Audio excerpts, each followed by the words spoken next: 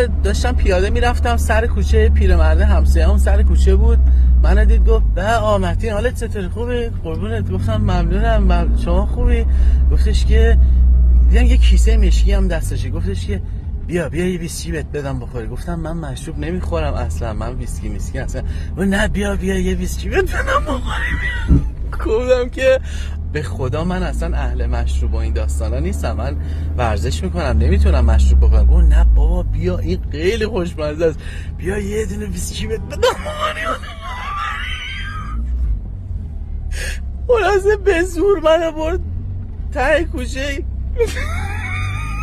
مشماشو با کرد، دیدم توش بیسکویته. بعد دیدم